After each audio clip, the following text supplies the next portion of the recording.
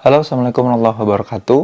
Di video kali ini kita akan bahas tentang kata ya dan bahasa. Jadi kebetulan kemarin pas saya nanyakan di Instagram kira-kira bagusnya bahas apa, ada pertanyaan ini nih. Ini pertanyaannya bagus banget. Yuk kita bacain. Jadi dia bilang, "Kang, kenapa orang sekarang itu lebih memilih pakai kosakata yang maknanya lebih berat ketimbang apa yang terjadi? Misalnya karena isu bullying pernah tren, jadi apapun yang dibicarakan teman yang membuat tersinggung itu langsung disebut bullying. Bahkan bercanda kecil aja, kayak teman dekat ya, teman sebaya tanpa menjatuhkan martabat dia pun sedikit terlihat mengejek sudah dianggap bullying," katanya. Atau contoh lain, orang lebih suka memaknai kosakata dihujat daripada diejek, yang maknanya terdengar seperti sesuatu yang begitu besar telah terjadi.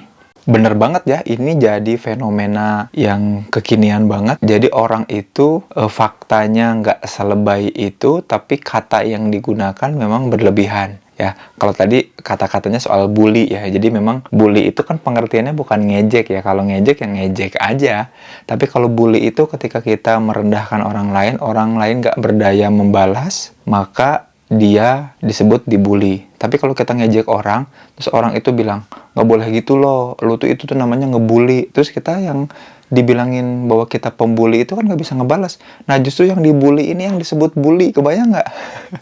Tapi kan sebenarnya nggak gitu. Jadi kalau pertanyaannya kenapa ya zaman sekarang kok orang jadi agak lebay menggunakan kata-kata atau istilah yang lebih dari faktanya. Atau yang paling gawat itu sekarang itu soal depresi. Jadi statistiknya depresi itu naik sampai 700% atau 7 kali lipat. Orang mikirnya bahwa orang tuh banyak yang depresi. Ternyata ketika diperiksa mereka-mereka yang mengaku depresi secara psikologis, ternyata mereka nggak depresi. Gitu. Jadinya faktanya memang betul bahwa sekarang itu orang tidak appropriate, nggak tepat lagi pakai istilah. Jadinya mungkin maksudnya apa, tapi malah menggunakan istilah lain untuk menjelaskan itu. Nah, ini kenapa ya kok fenomenanya kayak gini? Karena apa? Karena itu kan, ini yang justru yang pengen diteliti lebih lanjut, dan ini pertanyaannya bagus dan menarik.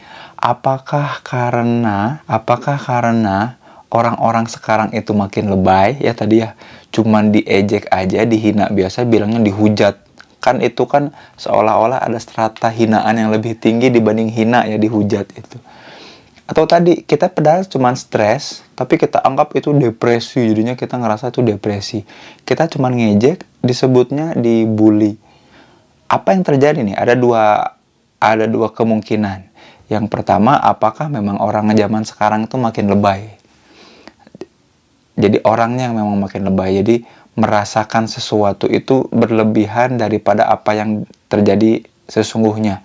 Faktanya apa, tapi dia ngebangun perasaan yang seolah-olah melebih-lebihkan dari fakta yang ada. Tadi ya contohnya, diejek doang, dibilangnya dibully. Jadi kemungkinan pertama memang kita saling menularkan kebiasaan untuk lebay.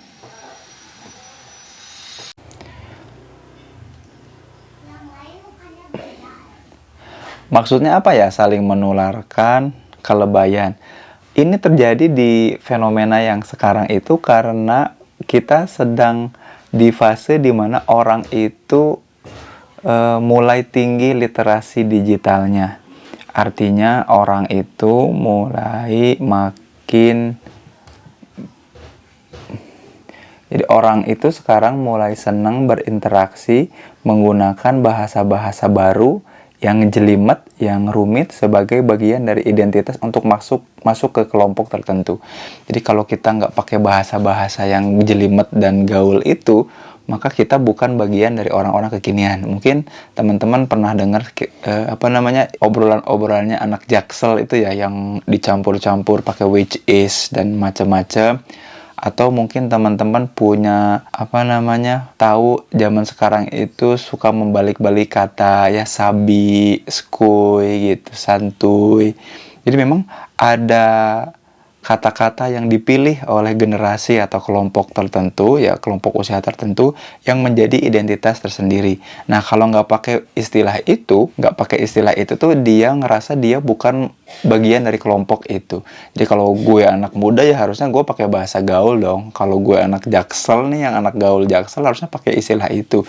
Nah kata-kata itu Kata-kata itu membuat kita mengadaptasi itu jadi bahasa sehari-hari.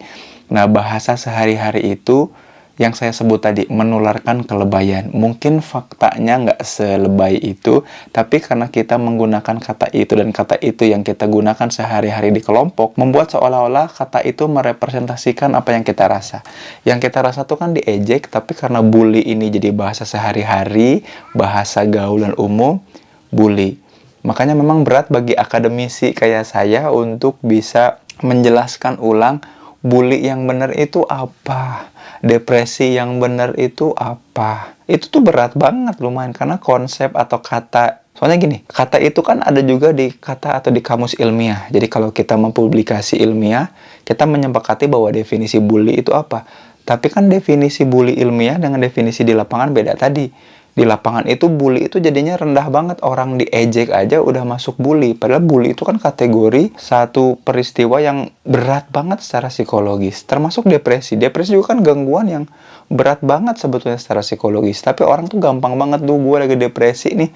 Padahal cuman bete atau bad mood doang, dia bilangnya depresi. Jadi kalau kemungkinan pertamanya apakah kita makin lebay? Bisa jadi iya. Tapi kemungkinan kedua, kita mengadaptasi bahasa itu karena kita ingin menjadi bagian dari satu kelompok tertentu, atau kita pakai bahasa yang lebay itu karena konsekuensi, karena akibat dari kita bergaul dan saling menularkan bahasa-bahasa yang kompleks karena kita berada pada lingkungan yang dan ingin jadi bagian dalam lingkungan itu. Jadi kata ini ternyata penting banget dalam pemaknaan kita kehidupan sehari-hari ya. Saya sering banget bilang dulu, kalau orang tahun 90-an itu, sebelum tahun 90-an itu, orang-orang tuh nggak ada yang bete. Kenapa? Karena istilah bete kan belum ada. Sebelum tahun 2010 juga nggak ada tuh anak-anak yang alay gitu. Karena istilah alay belum ada. Nah, istilah ini memang membuat kita bisa mendefinisikan rasa dengan lebih baik ya. Bisa mengekspresikan rasa dengan lebih baik karena kita nemu katanya. Nah, selain itu juga, jadi media komunikasi saling mengungkapkan, mengekspresikan rasa. Cuman iya betul banget, memang fenomena sekarang orang justru lebih lebay atau menggunakan kata yang non-appropriate. Nggak pas padanannya dengan apa yang dirasakan. Ya tadi dihina doang tapi nyebut bully, stres dikit aja disebut depresi gitu. Jadi kemungkinannya dua itu. Makanya penting banget untuk kita betul-betul punya literasi. Karena Indonesia itu, Indonesia itu salah satu negara yang literasinya buruk. Jadi literasi itu kemampuan mengenali bahasa yang betul-betul mengerti dan memahami bahasa yang digunakannya itu buruk banget. Contohnya julid aja, saya baru tahu bahwa ternyata julid itu istilah Sunda ya, yang dari dulu orang tua zaman dulu tahu itu. Nah, orang Sundanya sendiri bisa jadi nggak ngerti julid itu apa, karena kita nggak betul-betul mendalami, memahami literasi bahasa sehari-hari. Anak muda zaman sekarang kan udah jarang banget mengkonsumsi betul-betul buku gitu. Nah, itu sih yang kemampuan literasi kita yang memang perlu untuk ditingkatkan. Tapi itu alasan bisa jadi kenapa kemungkinan orang-orang sekarang itu menggunakan kata yang kurang pas, kurang cocok dengan apa yang dirasakan di kenyataan atau faktanya. Jangan lupa like dan subscribe jika teman-teman suka sama penjelasan dan video ini. Kalau teman-teman mau nanya juga, boleh di kolom komentar ini, atau teman-teman drop pertanyaan di Instagramnya saya simpan Instagramnya di deskripsi box di bawah. Sampai jumpa di video selanjutnya. Jangan lupa sekali lagi like dan subscribe untuk mendukung terus channel ini. Terima kasih. Wassalamualaikum warahmatullahi wabarakatuh.